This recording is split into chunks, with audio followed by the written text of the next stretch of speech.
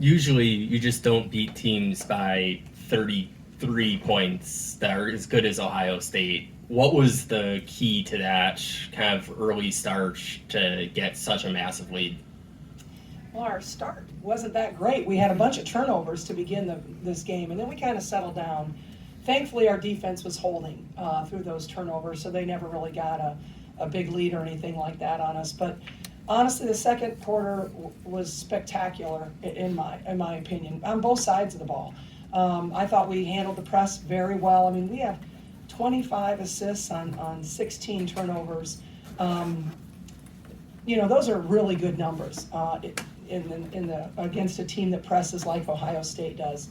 That's how they won the game yesterday, was on the press and turning people over. And our team was very focused, watching film on that last night and practicing today and getting ready for that. And we've been hard to press all year, but it feels good to come out here and get some good shots. I mean, Monica goes 11 for 12. That's spectacular. Caitlin, 17 assists on 2 turnovers. I don't know how you can say that she's not the player of the year in the country. I just don't know how you can say that. Caitlin mentioned how special it was to get everybody in the game today. What did it mean to you to have everyone in the conference championship game of all games? Yeah, I mean, usually, a lot of times that can't happen, or it doesn't happen, right? I mean, usually they're nail biters, or it's down to the last few seconds. So it felt good to have a lead like this, and be able to coast into the end and be able to have everybody out there. Kind of along the same lines I asked the girls earlier. You guys are preseason number 4, so a lot of people expect you to be really good. How did you navigate some of the early struggles? And I mean, today you look like a Final Four team.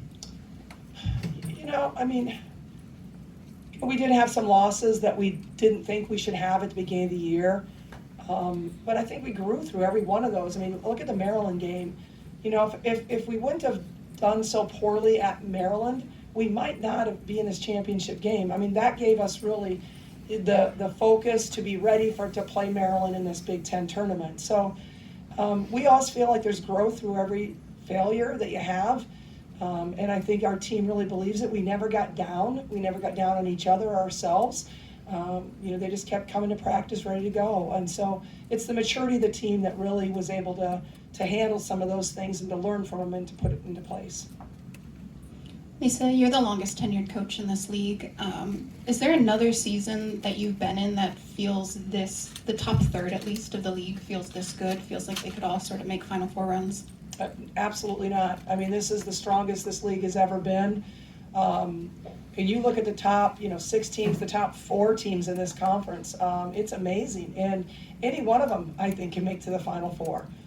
Maybe more than one. I think it's that good of a conference. You've had Caitlin now for 3 years. You've seen a lot. Do you ever get to the point where you feel like you're not going to see anything more? I mean, is she still capable of surprising you? She is. Did you see the behind the back pass to Monica or over her shoulder pass? That was crazy. Yeah, I mean, I get to see incredible stuff every day in practice. I mean, it's fun for me to go to practice because I never know what I'm going to get to see that day. So yeah, she continues to surprise us. But when she got that last turnover, or that last rebound, and she raced down the court with that biggest grin on her face, and just like, that's joy. That's, to be able to play like that is so much fun. And I admire her for that. She's so competitive, but she loves the game so much. We're going to go to the Zoom call. Kyle? Yeah, Lisa, you guys were able to build that lead to nearly 40 points in the first half. As you guys are playing well and building that lead, was the message just that, Ohio State came back from a large deficit yesterday? We got to keep the pedal down because we don't want that to happen to us. Yeah, absolutely. It's what we talked about at halftime, is that, the second half is when they made their big run yesterday. So we didn't want to give them any hope on that. And we gave up a few too many baskets in that third quarter, but luckily, we were able to keep it scoring in the fourth quarter. But yes, we talked about, continuing. Every play was a new possession, a new game. Can you compare the Monica who walked in the door 5 years ago to the one tonight, and how happy were you that she could get this tournament experience so close to home?